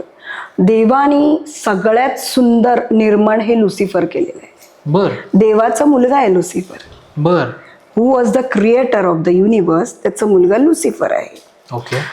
देवानी स्वतः एवढं ताकदफुल व्यक्ती बनवलं तो लुसिफर इन एव्हरी गोष्ट. आणि जेव्हा ताकद आली त्याला, तो देवाला क्रॉस करायला गेला, स्वतःच्या वडिलांना. ते त्यांना पटलं नाही. जेव्हा देवानी Adam and eve, Adam garden निर्माण केले ना, तेव्हा यांना बोललं होतं की ॲडम ॲपल नाही खायचं. बरोबर. लुसिफरनी साप बनवून येऊन त्यांना ते खायला लावलं इन्फ्लुएन्स करून. बर. जेव्हा देवाला कळलं, जे सुप्रीम पॉवरला कळली ही गोष्ट, त्यांनी ॲडम अँड ईव्हला तर एवढ्या जोरात धकलं की ते धरतीवर येऊन पडले. आणि जेव्हा त्यांनी लुसिफरला किकआउट केलं तिथून किंवा ढकललं, तेव्हा असं बोलतात की, जे मी स्टडी केलेलं सांगते, जे असं बोलतात की तिथून कुठलं तर एक प्लॅनेट खाली पडलं आणि पूर्ण धरतीच्या आत पाताळात जाऊन बसलं. तर हे लोक पाताळातले लोक आहेत. बर. आता आपल्या भाषेत काय बोलतात? पाताळातले राक्षस. हे ते राक्षस आहेत आणि ते यांना वर्शिप करतात. आणि व्हाईट एनर्जी लोक काय करतात? म्हणजे गॉडचं बायबल आहे आणि सॅटनचं पण बायबल आहे. You can see that. सॅटनचं बायबलच लिहिण्यात आलं एक पोपनी. तोच पोप, त्याला जेव्हा पनिशमेंट मिळाली, त्याने विचारलं की तुला लास्ट तुझी इच्छा काय? तर त्याने म्हणला की मला लिहायचंय. I want to write. एकच रात्राचा, एकच पहरचा टाइम दिला होता त्याला, तिकडचं जे गव्हर्नमेंट आहे किंवा राजाने. तेव्हा त्यांनी एका रात्रीत 700 पानं लिहून काढले. बर. Saturn Bible. ते लिहिलं होतं लुसिफरने. अच्छा. आणि अजून आहे ते बुक, कुठल्या तरी कंट्रीमध्ये ठेवलेलं आहे. पण सगळं सॅटन बायबलमध्ये सगळं आहे, पण इल्युमिनेटीच्या बुकमध्ये फक्त 10 पानं मिसिंग आहे की हाऊ टू कॉल देम. अच्छा. हाऊ टू इन्व्हाइट देम, ते मिसिंग आहे. तर हे शेवटी असं आहे की इल्युमिनेटीच्या ह्याच्यावर जेव्हा आता mostly politicians, mostly Hollywood people, Bollywood people, जे नेम फेम मनीमध्ये इन्वॉल्ड आहेत ना, all are connected to Lucifers. All are, सगळे इल्युमिनेटीमध्ये कनेक्टेड आहे. आणि लुसिफरला काय पाहिजे, व्हॉट ही आज काय ॲग्रीमेंट आहे, नॅचरली इल्युमिनेटीचे लोक एग्रीमेंट करतात. सोल, त्यांना सोल पाहिजे असतं आपलं, बर. सोल एक्सचेंजचं. दे आस्क फॉर सोल, आणि ते एवढंच बोलतं की तुला काय पाहिजे, name fame money I will give you. जेवढं तुमचं एज आहे तेवढं तुम्हाला देणार, तेवढं हजारोमध्ये करोडोमध्ये देणार. आणि इट हॅपन्स. ह्यांना सोल का पाहिजे, सोलचं एग्रीमेंट कशाला पाहिजे, हे खूप मोठी गोष्ट आहे. बिकॉज लुसिफरला तिथून किक केलं, तो अंडरग्राऊंड गेला, तो एकटा होता, त्याला त्याचे फॉलोअर्स निर्माण करायचे होते. He needed the soul. त्याला सगळे सोल याच्यासाठी, जे पॉवरफुल सोल आहेत, असे नाही की असे कुठलेही, ते स्वतः इल्युमिनेटीचे लोक सिलेक्ट करतात सोल. प्रत्येक मोठ्या फेमस लोक करण्यासाठी. तर आता तुला बघितलं, तुला सिलेक्ट ते करणार, तू त्यांना नाही सिलेक्ट करणार. दे कम, दे सिलेक्ट, आणि त्यांचं इन्व्हिटेशन येणार. तुला इन्व्हिटेशन कसं येतं सांग, तुला तुझ्या दारात 2 व्हाईट घुबड दिसायला लागतात. बापरे, एवढं डीप नॉलेज अँड स्टडी आहे त्याचं. आणि त्यांचे लोक तुझ्यापर्यंत पोचणार जेव्हा दिसायला लागतात. म्हणून आपल्या घुबड दिसत नाही लवकर. That is the sign of prosperity, but you have to sell your soul. किती लोक, हनी सिंग किती लोकांबरोबर झालेलं आहे. हनी सिंगचं एक यूट्यूबवर त्यांनी पूर्ण स्वतः सांगितलं की त्यांनी त्या डार्क रेड रूम मध्ये जाऊन आलेले आहेत ते. Big thing, he has face that. खूप लोक आहेत, खूप. त्या पोपचं मला नाव माहित नाही, पण आजकाल तर ते प्रचारच करतात. कुणी गाणं म्हणलं, काय म्हणलं, ते इल्युमिनेटीचा प्रचार चालू आहे सगळीकडे. आधी नव्हता प्रचार. It is changing. आता इल्युमिनेटीला तू बघ ना, जे 10 वर्ष आधी त्याचं जी माहिती टाकलेली आहे, आता जी माहिती युट्यूबवर टाकली, टोटली दर 1-2 वर्षांनी चेंज करतात ते. स्वतः पूर्ण वर्ल्ड त्यांना रूल करायचंय, and they are ruling it. बघ ना, नेगेटिव्ह पीपल पहिला अट्रॅक्ट होतात ना. नेगेटिव्हिटी किती आणि पॉझिटिव्हिटी किती आपल्याला जाणवतच ना आपल्या डे टू डे लाईफ मध्ये. ती सोसायटीला, अख्खं वर्ल्ड ती सोसायटी चालवते. मी तर एवढं पण ऐकलंय, president of America and Russia जेव्हा त्यांना शपथविधी घ्यायची असती, पहिला तिथे शपथविधी घेतात आणि मग इथे. मी 3 यूट्यूबच्या चॅनलवर मी हे ऐकलंय, and it is a big thing. Okay. हे माझा अनुभव नाही आहे, हे माझं स्टडी आहे, जे मी नॉलेज घेतलं ह्याच्याबद्दल. आणि ते जाऊन तिथे घेता. मग बघा ना, मोठमोठे लोकांकडे सगळीकडे लोन घेतात. इंडियाने लोन घेतलं, पाकिस्तानने घेतलं, चायना, हे ते. अमेरिकाचंच लोन नाही. आपण लोन कुठून घेतो? वर्ल्ड बँकमधून. वर्ल्ड बँकनी पण लोन त्यांच्याकडनं घेतलं. लोन देतं कोण? These people exist.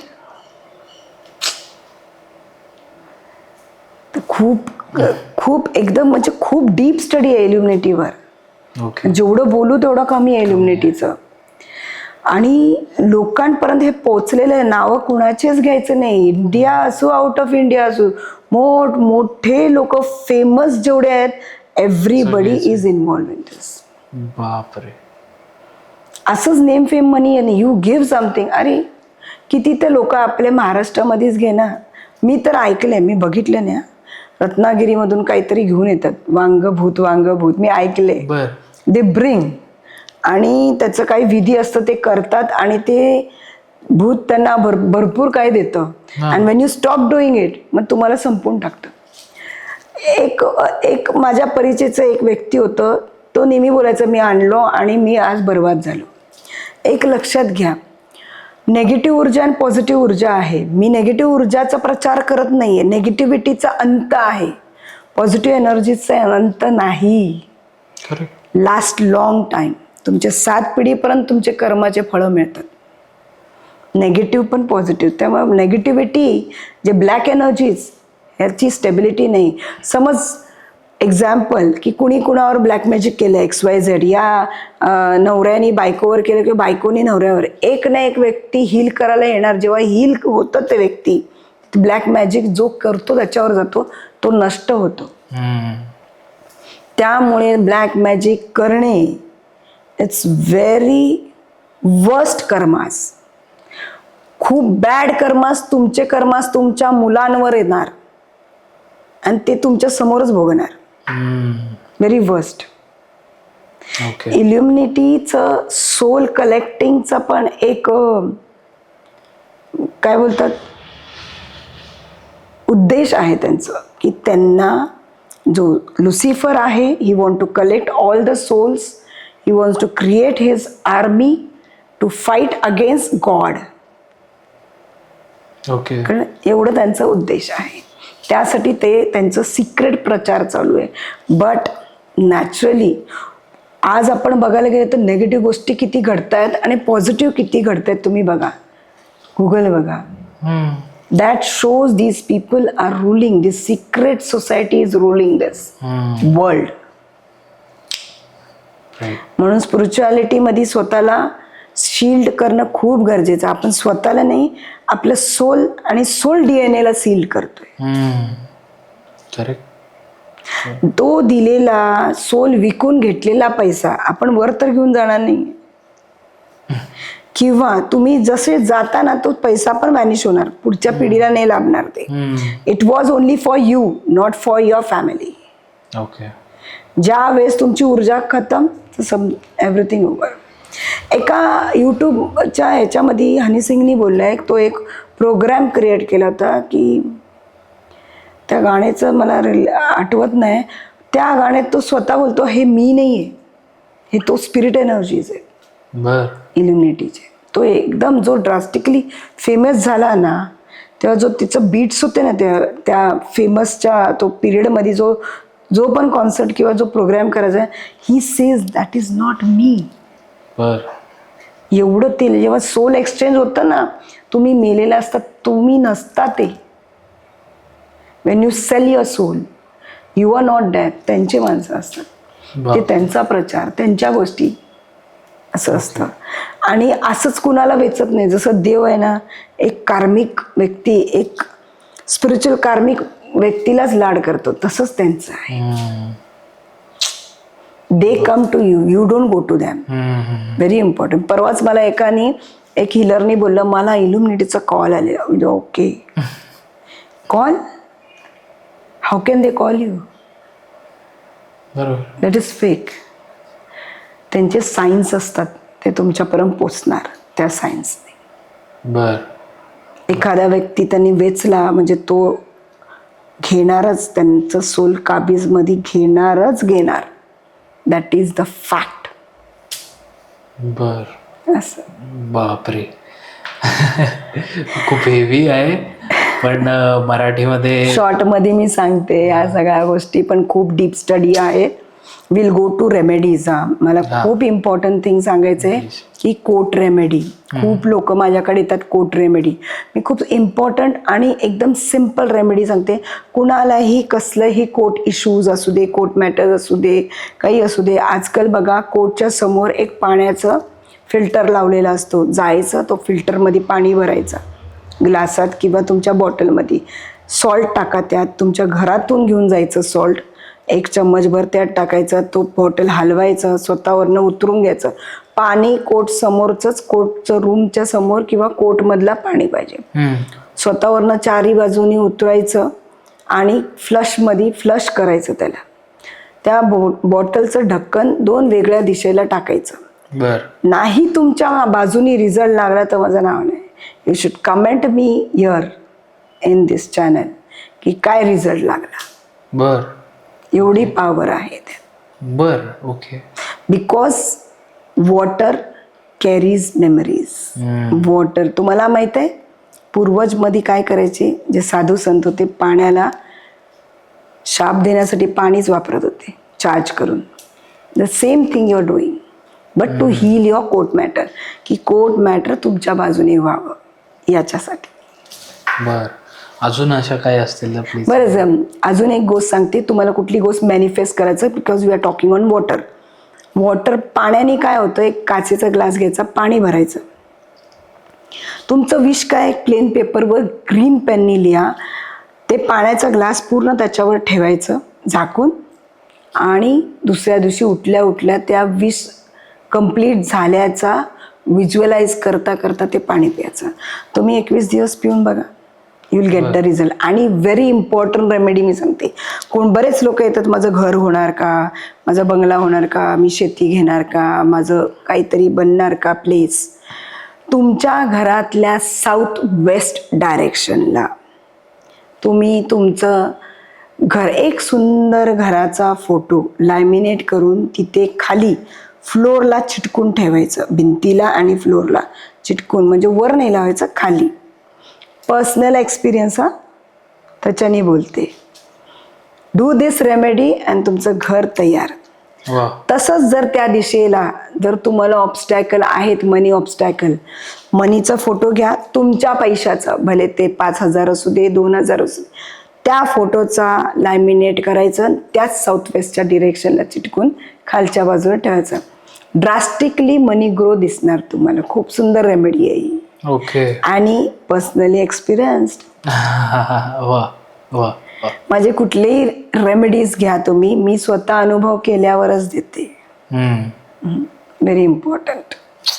रिलेशनशिप असेल तर नेहमी लक्षात घ्या की एक हनी बॉटल घ्या, दोघांचा फोटो त्यात डुबवा, पण त्याला एनर्जी देणं खूप गरजेचं आहे, अफर्म करणं खूप गरजेचं आहे, थोडीशी रेकी येणं पण खूप गरजेचं आहे. हील करूनच मग ते तुम्हाला साऊथ वेस्ट डायरेक्शनलाच ठेवायचं आहे. का तर ते प्रेम वाढायला पाहिजे. South west direction is the direction जिथं कुठलीही गोष्ट ठेवल्याने ती वाढते. बर. अजून एक डायरेक्शनच्या हिशोबात आपण बोलतोय तर very important thing, north east direction. कधीही लक्षात ठेवा, त्या ठिकाणी आपला देवाराच हवा. North east. नॉर्थ ईस्टला बऱ्याच वेळेस मी पाहिलंय की टॉयलेट बाथरूम असतात. माझ्यासमोर एक माझ्या नेबर होती, तिचं नॉर्थ ईस्टला टॉयलेट होतं. जेव्हा मला कळलं, मी त्यांना बऱ्याच वेळा बोलले की चेंज इट, यूज नका करू. मी त्याला रेमेडी देत नाही. नॉर्थ ईस्टला जर तुमचा टॉयलेट आहे, 101% तुम्हाला कॅन्सर किंवा लॉंग टर्म बिमारी पडेल, लकवा मारेल, कॅन्सर होईल. ज्याच्या नॉर्थ ईस्टमध्ये टॉयलेट बाथरूम आहे, you will face lot of chronic disease, आणि त्या डिझीजमध्येच तुम्ही जाणार. अख्खी जीवन तुमचं कमवलेले पैसे पण त्यात जाणार आणि तो व्यक्तीही राहणार नाही. So be aware of this, be aware. North ईस्टला मला फक्त देवारा पाहिजे. जर तुमच्या घरात तुम्हाला प्रॉस्पेरिटी, बरकत पाहिजे तर नॉर्थ ईस्टला फक्त देव. देवाच्या जागे जर तुम्ही टॉयलेट ठेवलात तर तुम्ही विचार करा तुमच्या आयुष्यात काय घडेल. बरोबर. आपण देवाला अभिषेक करतो, नॉर्थ ईस्टला देवपूजा करतो, तिथं जर तुम्ही टॉयलेटला जाता, its worst thing. I never give remedies for all this things. तसंच अजून एक दिशा आहे साऊथ वेस्ट. साऊथ वेस्टला जर खड्डा पाणी असेल ना, किंवा टॉयलेट बाथरूम असेल, त्या घरातला करता धरता पुरुष किती श्रीमंत असू द्या, आणि त्या घरात एखादा श्रीमंत माणूस आहे, त्याने एक घर घेतलं आणि त्याच्यात टॉयलेट बाथरूम साऊथ वेस्टला आहे, तो शून्य बनेल. किती रिच असू दे, तो अक्षरशः त्रासून वैतागून मरेल. Don't keep toilet bathroom on your south west direction. खूप महत्वाचं आहे. त्याला रेमेडीज नाही. जर तुम्हाला कोण बोलले की रेमेडी आहे, नाही, तो त्याचा प्रोडक्ट विकतोय. रेमेडी नसतात याला. Change that house please. ताई, मगाशी आपण जसं सोल एक्सचेंज आणि सोल कनेक्शनच्या बाबतीत बोलत होतो, त्याच्यासोबत अजून एक कॉन्सेप्ट आहे, ती म्हणजे ट्विन फ्लेम किंवा सोलमेट्स. तर याविषयी आम्हाला स्पिरिच्युअलिटी थ्रू सांगा. नाही ना, खूप लोकांचं गैरसमज आहे, आय वॉन्ट सोलमेट. हे बघा, सोलमेट तुमच्या आयुष्यात तुमचा पार्टनरच असेल असं नाही. सोलमेट इज द पर्सन की तुमच्या पास्ट जर्नीमधून तुम्हाला कनेक्ट होतो. या जर्नीमधून तुम्हाला एक दिशा देऊन तो निघून जाणार. सोलमेट राहणार नाही तुमच्याबरोबर. तुमच्याबरोबर राहणारा व्यक्ती तो ट्विन सोल असणार किंवा कार्मिक पर्सन असणार. कधीही लक्षात ठेवा, तुमचं लग्न ज्याच्याबरोबर होतं तो कार्मिकच असतो. तुम्ही त्याला काहीतरी द्यायला आलेलं असतं, आता त्याच्याकडनं काहीतरी घ्यायला आलेलं असतं. ट्विन सोल हे दोन शरीर आणि एक सोल असतो. प्रत्येक सोलचं एक आहे ना जर्नी असतं, तुम्हाला एवढी जर्नी कव्हर करायची आहे. मग सोल काय बोलतो की मला जर 100 जर्नी कव्हर करायची आहे, life journey, so what soul says की मी 2 पार्टमध्ये करते आणि पटदेशी 50 होऊन जा, 50 तू 50 मी. हे जे सोल डिवाइड होतात ना, यालाच ट्विन सोल बोलतात. ओके. ते एकमेकाशिवाय राहू शकत नाही. दोघांची ऊर्जा सेम असते. एक लक्षात घे, मीच दोन व्यक्ती, बरोबर, माझं सोल इन 2 पर्सन, कॉन्फ्लिक्ट होणारच, भांडणं होणारच. दोन्ही सेम फ्रिक्वेन्सी, सेम एनर्जीज. ते जास्त वेळ राहणार पण नाही, जास्त वेळ लांब पण राहणार नाही. ते एकत्रच असतात. एकमेकासाठी जीव देईल, एकमेकांना सपोर्ट करतील. किती भांडू दे, किती काही असू दे, ट्विन सोल एकत्र आहे. Twin soul means you with other body, you in other person, your soul with other person. म्हणून आपल्याला ना तो सोल अट्रॅक्ट करतो, नाही मला तो पाहिजे बाजूला. आणि एक लक्षात, twin flame never get married. आपण स्वतःबरोबर लग्नच करू शकत नाही. ट्विन फ्लेमचं कधीच लग्न होत नाही.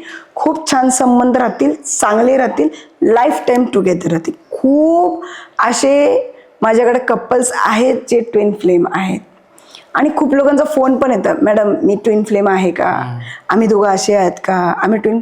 बरेच लोक येतात तिच्या पण नसतात. मला त्यांना नाही बोलायला पण कसं तर होतं, बिकॉज आजकाल तो क्रेज आहे. They call and they ask की कन्सल्टेशन मध्ये वगैरे की are we twin flame. Twin flame कधीच एकमेकापासून लांब जात नाहीत, पण कधीच एकामेकाबरोबर लग्नही करत नाहीत. लग्न नाही होत ट्विन फ्लेमचा. बी केअरफुल अबाउट दिस. लग्न जेव्हा आपलं होतं ना, आपण ज्याचं कर्म फेडायला आलो ना, त्यांच्या कार्मिक असतो. तो पार्टच कार्मिक असतो. मग तो वाईफ असू दे, मुलगा असू दे, मुलगी असू दे. म्हणून बरेच लोकांना मुलं बाळांचं सुख नसतो. ते कार्मिक आहे की मोठे होतात, आई बापाला लात मारतात, निघून जातात. दॅट इज कार्मिक. अगेन यू शुड अंडरस्टँड की लाईफमध्ये एक तर आईवडिलांचं सुख मिळणं, काय लहान बाळ असतात, जन्माला येतात, त्यांना रस्त्यावर टाकतात. दॅट इज ऑल्सो कार्मिक. आहे ना तो सांभाळणार. That is up to you. एक खूप महत्त्वाची गोष्ट मी जाता जाता सांगते. आपलं जे सोल असतं ना, सोल हे ब्रह्मांडाच्या कणातून निर्माण झालेला सोल आहे. म्हणजे याला ऊर्जा कुठली पाहिजे? पेट्रोल. हे ब्रह्मांडाची ऊर्जा पाहिजे. जेव्हा सोल बध घेतं ना, बध, तेव्हा त्याला स्क्रिप्ट, जसं काही एका हिरोला स्क्रिप्ट दिलेलं असतं, हा पिक्चर असा, हा पिक्चर असा, हा पिक्चर, हे लाईफ जर्नी अशी आहे तुझी, ही अशी आहे, ही अशी, असे 5-6 बूम असतात आईचे. हे प्रेग्नंट लेडीज आहेत, ही जर्नी अशी आहे, ही जर्नी अशी, तुला कुठे जायचं. ते सोल त्याचं लाईफ जर्नीचं गोल सिलेक्ट करून त्या आईच्या बूममध्ये प्रवेश घेतो. म्हणजे एखादं आत्मा, माझ्या आत्म्याने माझ्या आईचं बूम सिलेक्ट केलं to be a healer. This was the goal of my soul. समजलं? असा तो प्रकार असतो. त्यामुळे तुमचं लाईफ जर्नी ऑलरेडी तुमच्या सोलला माहीत असतं. म्हणून आपल्याला प्रत्येक वेळा वाटतं ना, ही घटना कुठे घडली होती, मला आधी पण दिसली आहे. That is your soul memory. मगाशी मी या पॉडकास्टमध्ये मेमरीबद्दल बोलली आहे. Soul carries its DNA memories also. ते आपल्याला फ्लेक्ट होतं. एक असं ना, मी बरेच वेळा मला झालेलं आहे की एखाद्या व्यक्तीला भेटलं किंवा एक ऑफिस भेटलं, अरे मी इथं पहिलं पण आले. That is the memory of the soul that triggers. तर कधीही लक्षात ठेवा, तुम्ही या पृथ्वी तलावर एकतर तुम्ही पापी आहात म्हणून तुम्ही कर्म फेडायला आलात. आई ही तुम्ही सिलेक्ट केलेली आहे, आईने तुम्हाला नाही केलं आहे. तुमचं पूर्ण जर्नी तुम्हाला माहीत असल्यामुळे तुम्ही तो गर्भधारण केला. म्हणून जर तुमच्या जर्नीमध्ये अप्स अँड डाऊन्स होत असतील आई वडिलांमुळे किंवा नवऱ्यामुळे किंवा मुलांमुळे, एक लक्षात घ्या, हे ऑलरेडी स्टोरी तुम्हाला माहीत होती, तरी तुम्ही ते बूम सिलेक्ट केला. You can't blame anybody. कुणाला तुम्ही ब्लेम करू शकत नाही. ना नवऱ्याने एक्स्ट्रा मॅरिटल अफेअर केलं, यू कांट ब्लेम हिम. बायकोनी केलं, यू कांट ब्लेम हिम. पोरं शिकून निघून गेले तुम्हाला सोडून, you can't blame them, because already you are chosen your life journey. तुमचं लाईफ जर्नी, लाईफ पाथ तुम्हीच चूज केलात. That is the final. आणि हे अटल सत्य आहे. त्यामुळे you are facing all this problem. You know everything before your birth. तर हे आपल्या सोलच्या DNA मध्ये असतं आणि मेमरीमध्ये असतं. तर ममताताई, तुम्ही पॉडकास्टवर आलात आणि आपण एवढ्या मस्त गप्पा मारल्या, एवढ्या डीप बोललो, एस्पेशली इल्युमिनाटी आणि या सगळ्या गोष्टींबाबतीत. आय डोंट थिंक की आपल्या मराठी किंवा महाराष्ट्रामध्ये जास्त लोकांना माहिती असेल ही कॉन्सेप्ट, जी आज आपल्या पॉडकास्ट थ्रू काय आली. आणि मी प्रेक्षकांना सांगू इच्छितो की ममताताईंचा जो कॉन्टॅक्ट आहे त्यांनी सुरुवातीला तर सांगितलंच आहे, बट तरीसुद्धा डिस्क्रिप्शनमध्ये मी नंबर दिला आहे, सो तुम्ही त्याच्यावर डिरेक्टली कॉन्टॅक्ट करू शकता. त्यांचं इंस्टाग्राम, फेसबुक, यूट्यूब चॅनलच्या लिंकसुद्धा डिस्क्रिप्शनमध्ये दिल्या आहेत. सो त्यांच्या चॅनलवर सुद्धा जा, सबस्क्राईब करा चॅनलला. आणि जसं मी तुम्हाला सांगितलं की काही जर अनयुज्युअल अपडेट्स असतील तर ते तुम्हाला त्यांच्या चॅनलवर लगेच पाहायला मिळतील. त्या लाईव्ह सेशनसुद्धा घेतात, फ्री हिलिंगसुद्धा त्यांचा क्लास असतो. महिन्यातून किंवा मग आठवड्यातून एकदा असा ते क्लासेस घेतात. त्याचेसुद्धा जे काही डिटेल्स असतील ते तुम्ही त्यांना कॉन्टॅक्ट करा, ते तुम्हाला मिळून जातील. आणि ताई, आपलं स्वीट टॉक्सचं एक रिच्युअल आहे की आपण पॉडकास्ट एंड करताना फिस्ट बंपने पॉडकास्ट एंड करतो आणि श्री स्वामी समर्थ म्हणतो. श्री स्वामी तर आजचा आपला पॉडकास्ट एंड करूयात. श्री स्वामी समर्थ. श्री स्वामी समर्थ.